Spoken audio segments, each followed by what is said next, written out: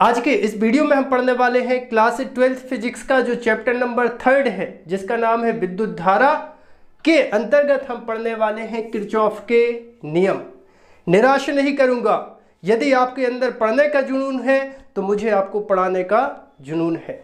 मैं हूं मनोज श्रीधर और आप सभी बच्चों का आपके अपने प्यारे से चैनल जिसका नाम है श्रीधर क्लासेस में बहुत बहुत स्वागत है। तो जल्दी से कॉपी पेन निकालो और हेडिंग लगाओ किरचॉफ के नियम। मैंने पहले ही कहा आपको निराश नहीं करूंगा, यदि आपने वीडियो पूरा देखा, अच्छे से देखा, मन से देखा तो किरचॉफ के नियम आप पर कंप्लीट बनेंगे, कंप्लीट आपको समझ में अच्छे से आ जाएंगे। बात ये आती है किरचॉफ ने इन नियमों को दिया क्यों, किरचॉफ ने इन नियमों का प्रतिपादन क्यों किया। देखो, जो जटिल विद्युत परिपथ होते हैं, कठिन विद्युत परिपथ होते हैं जिनको सॉल्व करना आसान नहीं होता, कॉम्प्लेक्स सर्किट जिनको कहते हैं, तो उनको कंप्लीट सॉल्व करने के लिए, सरल करने के लिए दो नियमों का प्रतिपादन किया जिनको हम कहते हैं किरचॉफ के नियम। तो सबसे पहले पढ़ते हैं किरचॉफ का प्रथम नियम। क्या क्या बोलते हैं इसको? किरचॉफ का प्रथम नियम, प्रथम नियम, और बोलते हैं इसको संधि का नियम, संधि का नियम, या शॉर्ट में इसको बोलते हैं केसीएल। केसीएल, केसीएल मतलब क्या होता है? Kirchhoff current law. क्या होता है? Kirchhoff, Kirchhoff's current law. ठीक है, तो ये इसके पर्यायवाची हैं। कई लोग किरचॉफ का प्रथम नियम बोलते हैं, कई लोग इसको संधि का नियम बोलते हैं, कई लोग इसको केसीएल बोलते हैं। केसीएल बोले तो किरचॉफ्स करंट लॉ। ओके, तो किरचॉफ के प्रथम नियम को समझने के लिए सबसे पहले हमें समझना होगा संधि क्या कहलाती है। संधि मतलब दो से ज्यादा विद्युत धाराएं आकर जहां मिलें वो कहलाती है संधि। क्या बात कर रहे हैं? संधि। इंग्लिश में क्या बोलते हैं? जंक्शन। जंक्शन किस पॉइंट को बोलेंगे? ऐसा पॉइंट, ऐसा पॉइंट या ऐसा बिंदु जहां पर कई विद्युत धाराएं, जैसे यहां पर एक हम ले लेते हैं एक पॉइंट, और इस पॉइंट पर मान लीजिए एक विद्युत धारा आ रही है, इसका नाम है I1। एक विद्युत धारा जा रही है, उसका नाम है I2। एक विद्युत धारा फिर से आ रही है, इसका नाम है I3। एक विद्युत धारा फिर से जा रही है, इसका नाम है I4। ओके, मतलब क्या? ऐसा पॉइंट, ऐसा जंक्शन जिस पर विद्युत धाराएं आकर मिले या उस बिंदु से होकर जाए, या तो आए या जाए, वो कहलाता है जंक्शन। है ना? ट्रेन की जो स्टेशन होता है जहां पर कई जगह को ट्रेन जाए और कई जगह से आए तो उसको क्या बोलते हैं? जंक्शन बोलते हैं ना, रेलवे जंक्शन। या पानी की विद्युत धाराएं कहीं पर आके मिले और वहां से जाए तो उसको भी क्या बोल सकते हैं? जंक्शन बोल सकते हैं। तो यहां पर ये जो बिंदु O है इसको हम क्या बोल सकते हैं? क्या बोल सकते हैं? जंक्शन।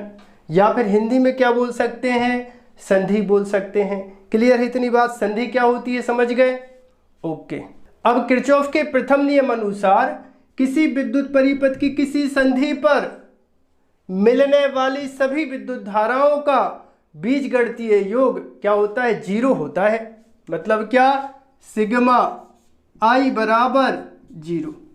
सिग्मा I बराबर जीरो का मतलब क्या? I माने विद्युत धारा, सिग्मा माने योग।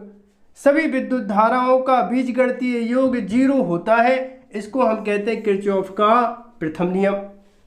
फिर से सुन लो, किसी विद्युत परिपथ की किसी संधि पर मिलने वाली सभी विद्युत धाराओं का बीजगणितीय योग कितना होता है? जीरो होता है। सिग्मा माने योग, I माने विद्युत धारा, जीरो होता है। सब्र रखो, धैर्य रखो, वीडियो पूरा देखो, 100% आप पर किरचॉफ के प्रथम और द्वितीय नियम बनेंगे। वीडियो छोड़ के भाग जाओगे, मेरा कोई घाटा नहीं है, आपका नुकसान होगा, क्योंकि इतना मजा आपको और कहीं मिलने वाला नहीं है। तो सिग्मा I बराबर क्या? जीरो। अब सुनो आगे, इस नियम के अंतर्गत, इस नियम के अंतर्गत ध्यान से सुन लो मेरी बात, इस नियम के अंतर्गत जो विद्युत धारा संधि पर आती है, तीर देख के पहचान लेना है। तीर का निशान देखो, यदि संधि की ओर है तो विद्युत धारा को लेना है धनात्मक। जब विद्युत धारा संधि पर आए तो आपको लेना है धनात्मक, और जब संधि से दूर जाए उसको लेना है ऋणात्मक। संधि की ओर आने वाली विद्युत धाराओं को धनात्मक और संधि से दूर जाने वाली विद्युत धाराओं को ऋणात्मक लेते हैं। तीर देखो, संधि की ओर है धन ले लो, तीर देखो संधि से दूर है ऋण ले लो। चलो ठीक है, अब लगाए ये नियम। सबसे पहले देखो I1 विद्युत धारा क्या हो रहा है, संधि पे आ रही है, तो इसको हम क्या लेंगे, धनात्मक। यहां पर हम क्या लिखें, इसे नियमानुसार संधि की ओर आने वाली धाराओं माने विद्युत धाराओं को धनात्मक तथा संधि से दूर जाने वाली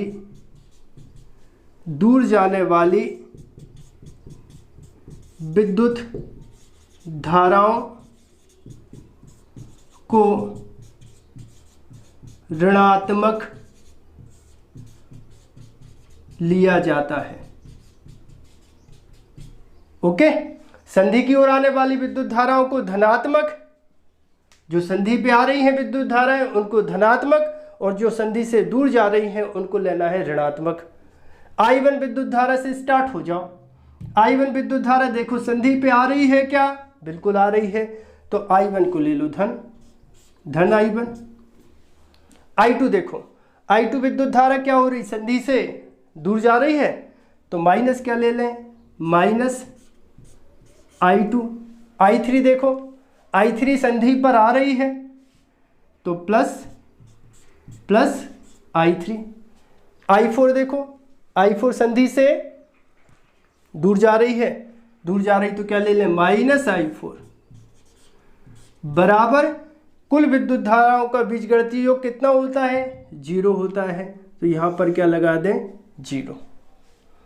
अब इसके बाद क्या करना है, देखो माइनस वाली जो धाराएं हैं उनका पक्षांतर कर देते हैं। क्या हो जाएगा, I1 प्लस I3 बराबर कितना हो जाएगा, I2 प्लस I4। क्या किया है, जो धनात्मक धाराएं हैं उनको यहीं रखा, जो ऋणात्मक हैं उनका हमने कर दिया पक्षांतर, तो वो उस साइड जाके क्या हो गए, धन की। ये कौन सी धाराएं हैं, I1 I3 कौन सी धाराएं हैं, संधि पर आने वाली धाराएं हैं, और ये I2 प्लस I4 कौन सी धाराएं हैं, संधि से दूर जाने वाली धाराएं हैं। तो मतलब क्या निकला, संधि की ओर आने वाली विद्युत धाराओं का योग, यहां पर लिखें, संधि की ओर आने वाली विद्युत धाराओं का योग, संधि की ओर आने वाली विद्युत धाराओं का योग बराबर होता है संधि से दूर जाने वाली विद्युत धाराओं का योग, विद्युत धाराओं का योग।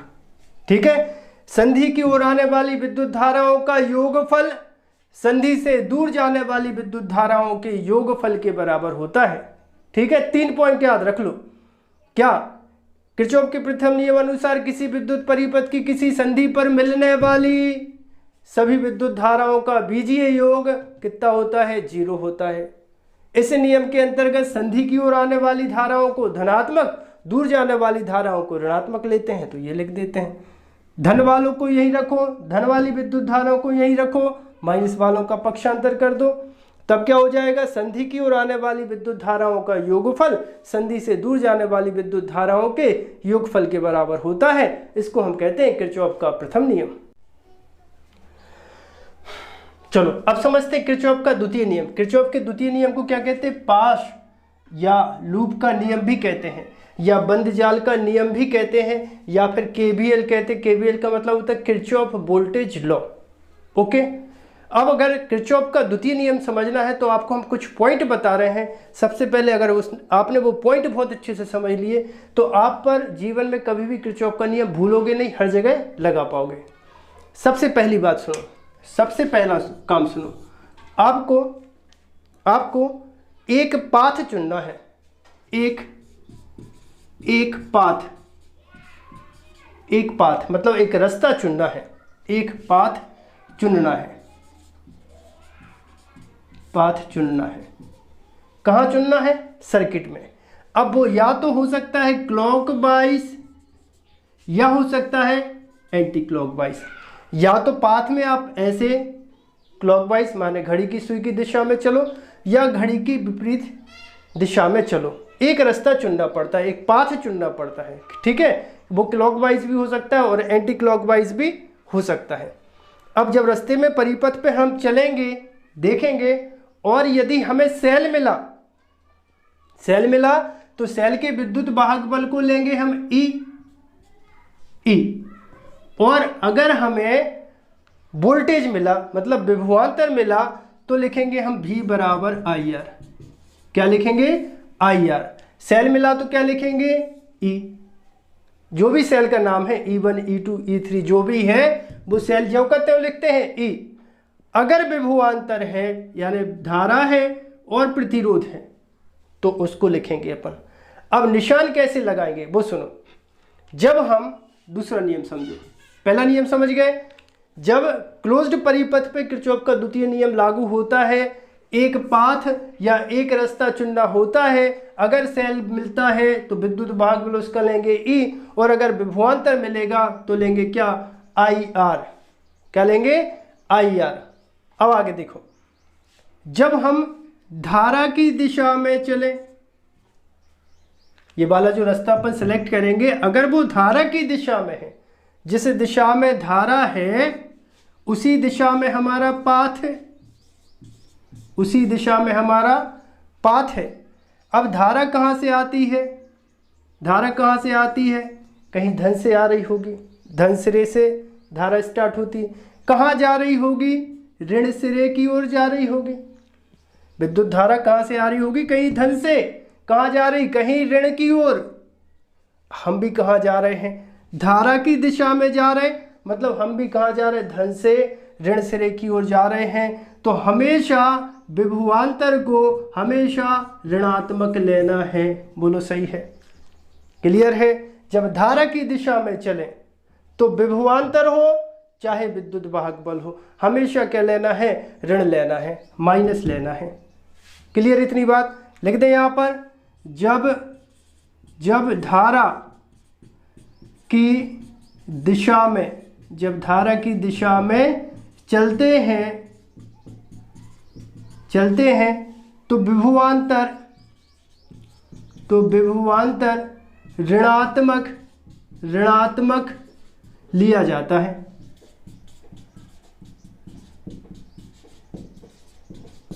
ओके, अब देखो, धारा की जब विपरीत दिशा में चले, धारा जा रही है और हमारा जो पाथ की डायरेक्शन है अब ये है, ठीक है। धारा की दिशा है धन से ऋण की ओर, अब हम जा रहे हैं ऋण से धन की ओर।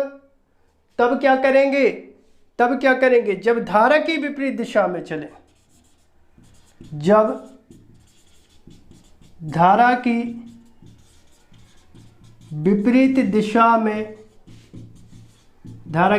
दिशा में चलते हैं तो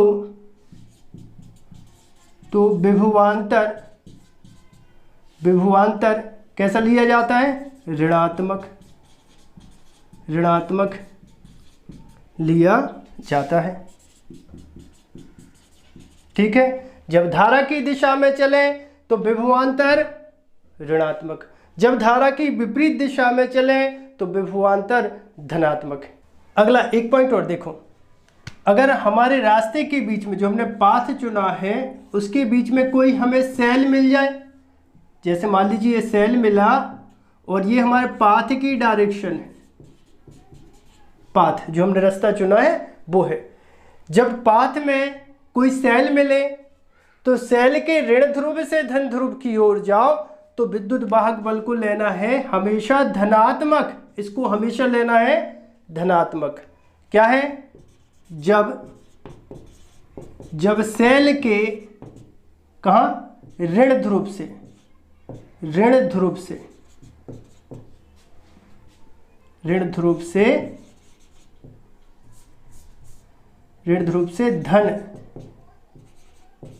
धन ध्रुव की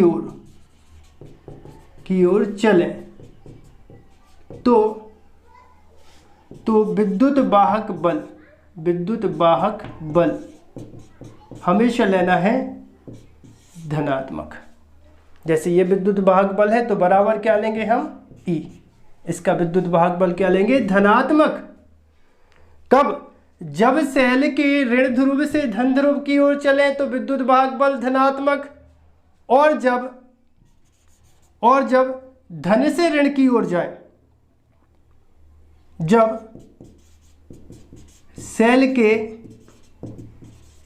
धन ध्रुव से कहाँ जाए ऋण ध्रुव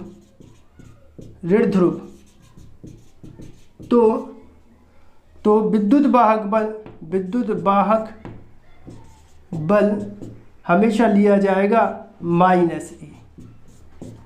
क्लियर है। जब सेल के ऋण से धन की ओर जाओ तो विद्युत वाहक बल धनात्मक। जब सेल के धन से ऋण की ओर जाओ तो विद्युत वाहक बल क्या लेना है माइनस लेना है। कितनी बातें बताई हमने। किरचॉफ का दूसरा नियम सीखने के लिए कितनी बातें बताई हमने। सबसे पहले हमें एक रास्ता, एक पाथ चुनना होता है, वो क्लॉकवाइज या फिर एंटी क्लॉकवाइज हो सकता है। जब धारा की दिशा में चले तो माइनस विभवांतर लेना है, जब धारा की विपरीत दिशा में चले तो प्लस विभवांतर लेना है। जब सेल के ऋण से धन की ओर जाए तो विद्युत वाहक बल धनात्मक, जब सेल के धन से ऋण की ओर जाए तो विद्युत वाहक बल क्या लेना है ऋणात्मक लेना है। बोलो सही है, क्लियर है, इतनी बात समझ में आ गई। आगे बढ़ें। ओके ठीक है। अब किरचॉफ के दूसरे नियम को समझने के लिए हम एक क्लोज्ड सर्किट बनाते हैं, एक क्लोज्ड परिपथ बनाते हैं, एक क्लोज्ड सर्किट बनाते हैं। जो वादा किया वो निभाना पड़ेगा। चलो देखो इधर, यहाँ पर एक रेजिस्टेंस लगा देते हैं, Dick Dick Dick Dick Dick Dick Dick Dick Dick. Resistance को नाम दे देते हैं R। ठीक, एक रेजिस्टेंस और लगा देते हैं, Dick Dick Dick Dick Dick Dick Dick Dick Dick लगा दिया। एक रेजिस्टेंस यहाँ पर भी लगा देते हैं, Dick Dick Dick Dick Dick Dick.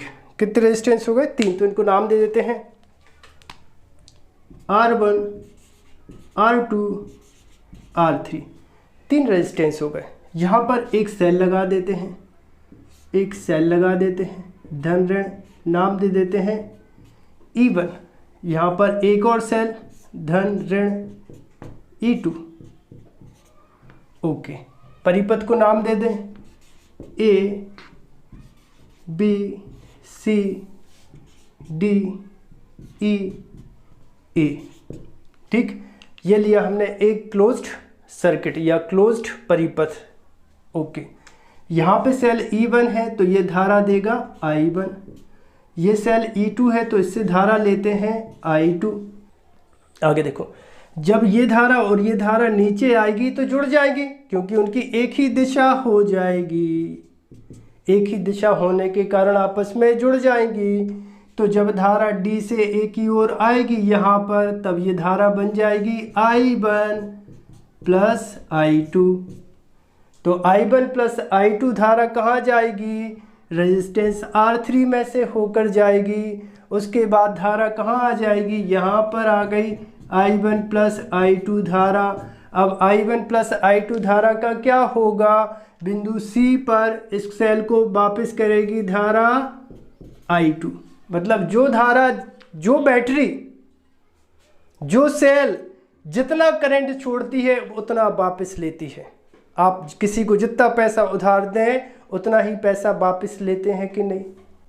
Cell के साथ भी ऐसा होता है, ये जितना करंट निकालती है उतना ही करंट इसको वापस चाहिए होता है। सेल E2 है, कितना करंट दिया I2, तो इसको वापस कितना करंट चाहिए I2।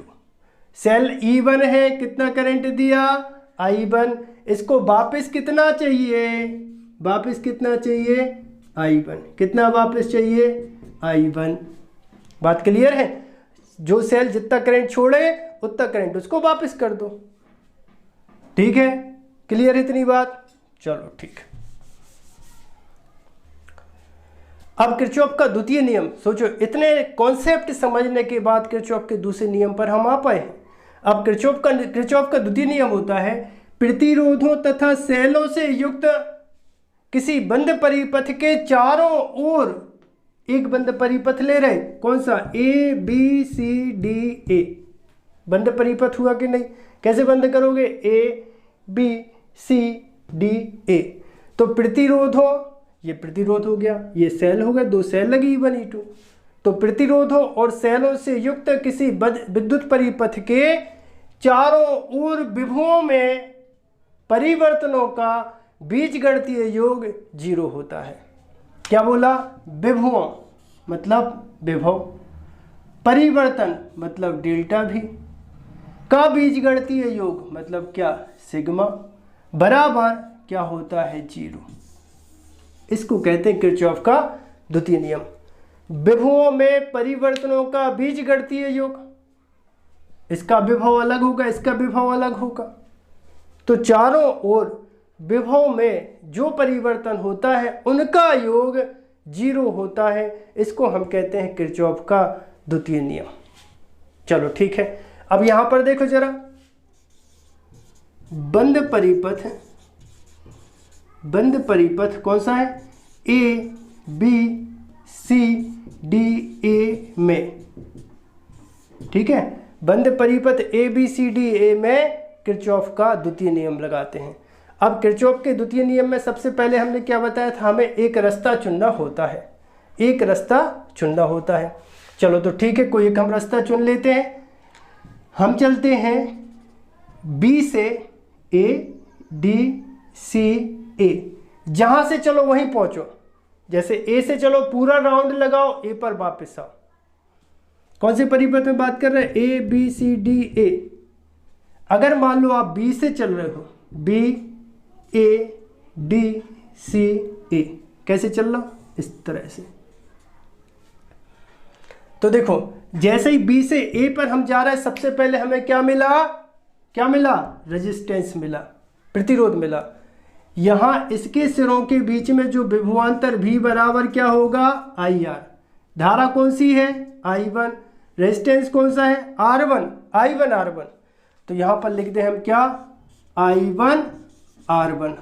अब लगाना है निशान, चिन्ह परिपाटी। जब हम धारा की दिशा में चलें, तो क्या लेते हैं, माइनस। धारा की दिशा में माइनस, धारा की विपरीत दिशा में प्लस।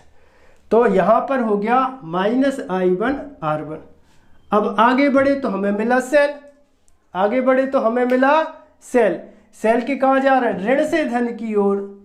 अभी कुछ देर पहले हमने पढ़ा है, सेल के ऋण ध्रुव से धन ध्रुव की ओर चले तो विद्युत भागबल क्या लेना है, धनात्मक। क्या लेना है, धनात्मक हो जाएगा E1। चलो ठीक है। अब आगे बढ़े तो हमें दूसरा सेल मिला।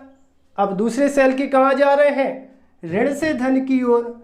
ऋण से धन की ओर क्या लेते हैं, जब सेल के धन से ऋण की ओर चलते हैं तो लेते हैं माइनस। तो -E2। फिर क्या, फिर हमें रेजिस्टेंस मिल गया। रेजिस्टेंस है, उसका विभवांतर कितना होगा, I2 R2। अब देखो हम तो जा रहे हैं B पे, हमारी मंजिल क्या है, B, क्योंकि B से चले थे, घूम फिर के वापस अपन को B पर पहुंचना है।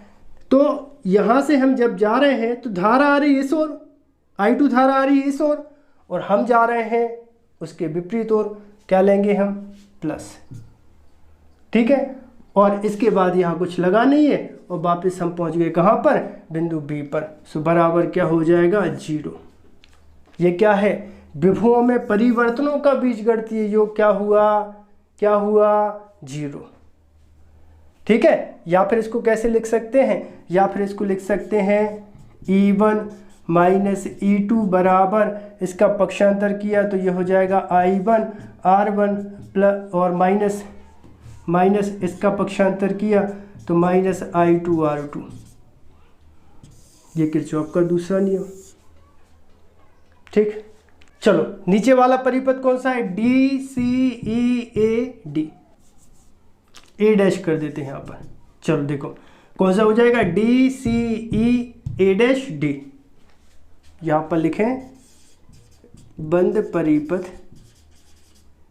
कौन सा है, DCEAD में।